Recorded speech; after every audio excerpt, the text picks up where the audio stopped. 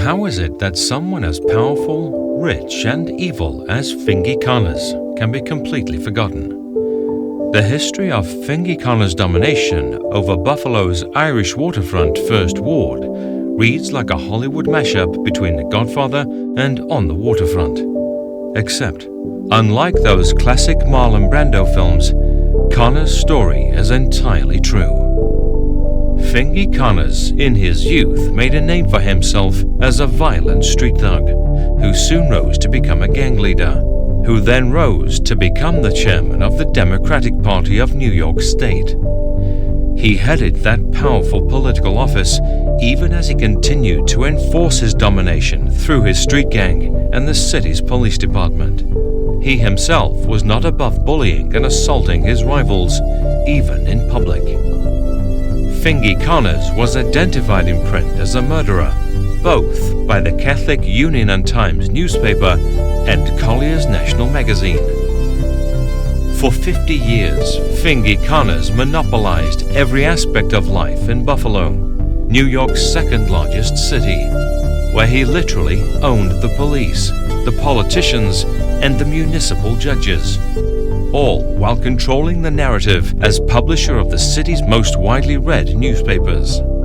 On his way to multi-millionaire status as America's largest employer of stevedores, he destroyed many thousands of lives through demanding of his workers compulsory alcohol consumption via his wicked saloon boss system. In a single generation, Fingy Conners reduced the wages of his 6,000 dock worker employees by half, pocketing the difference. Conners was a serial grifter who knew no shame, a swindler of widows and orphans, yet conversely, in his obituaries, he was hailed as a philanthropist. During one of the country's most historic labor strikes, Conners' epic threats and hostilities against the unmovable Catholic Bishop of Buffalo, James E. Quigley, although breathlessly reported throughout the nation's press, was never mentioned anywhere in his lengthy eulogies.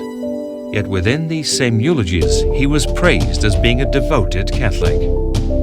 Nowhere in his glowing tributes was there mention of the stings he perpetuated against the U.S. government, or of his rum running during Prohibition, or his violent assaults against voters during his 6 years of election fixing, or his ordered raid on the ship Samuel Mather, where his gang fired 200 pistol rounds down into the ship's holds, maiming and crippling the laborers who were toiling below, unaware.